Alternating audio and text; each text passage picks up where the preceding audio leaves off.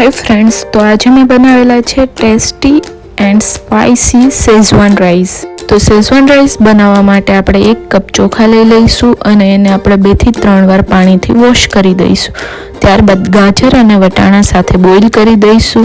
Boil કરતી વખતે તેમાં થોડું લીંબુનો રસ અને તેલ એડ કરીશું। તો शेजवान રાઈસમાં એડ કરવા માટે વેજીટેબલમાં મેં લઈ લીધેલા છે થોડા ઓનિયન, કોબી, કેપ્સિકમ, गाजर અને આદુ મરચાની પેસ્ટ, થોડું સૂકું અને લીલું લસણ લઈ લીધેલો છે તથા કોથમીર લઈ લીધેલી છે।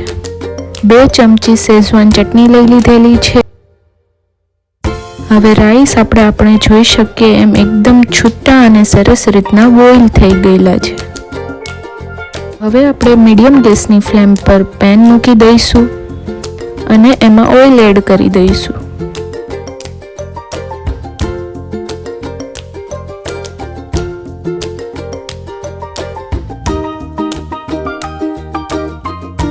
હવે આપણું ઓઇલ ગરમ થઈ જાય એટલે આપણે એમાં થોડી હિંગ અને સૂકું લસણ નાખીને સાતળી લઈશું। હવે આપણે એમાં સમારેલી ડુંગળી એડ કરી દઈશું અને તેને સાતળી લઈશું।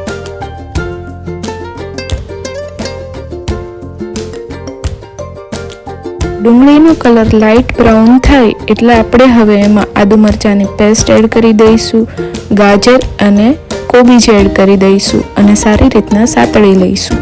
કેપ્સિકમ આપણે થોડું સાતળ્યા પછી એડ કરીશું જેથી તેનો ટેસ્ટ સારો આવે। તો હવે આપણે કેપ્સિકમ એડ કરી દીધું છે તો એને પણ સારી રીતના સાતળી દઈશું।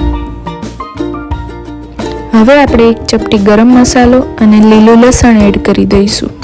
સ્વાદ અનુસાર સોલ્ટ પણ એડ કરેલું છે।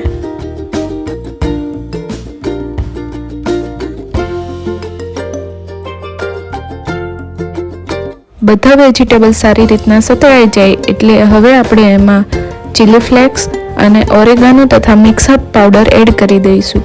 આ વસ્તુ ટોટલ ઓપ્શનલ છે તો તમે આ સ્ટેપ ઇગ્નોર પણ કરી શકો છો। તો હવે આપણું વેજીટેબલ એકદમ સતળાઈ ગયું છે તો આપણે હવે એમાં શેઝવાન ચટણી એડ કરી દઈશું તથા બાફેલા રાઈસ એડ કરી દઈશું।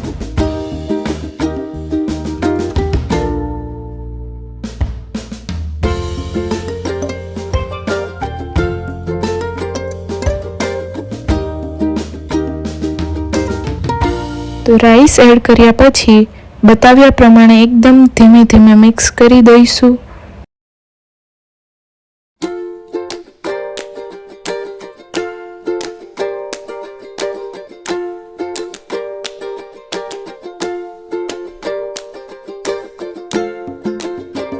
તો આપણા રાઈસ એકદમ સરસ રીતના મિક્સ થઈ ગયા છે અને આપણા શેઝવાન રાઈસ એકદમ રેડી થઈ ગયા છે। તો હવે આપણે એમાં કોથમીર એડ કરીને ગાર્નિશ કરી લઈશું અને મિક્સ કરી દઈશું।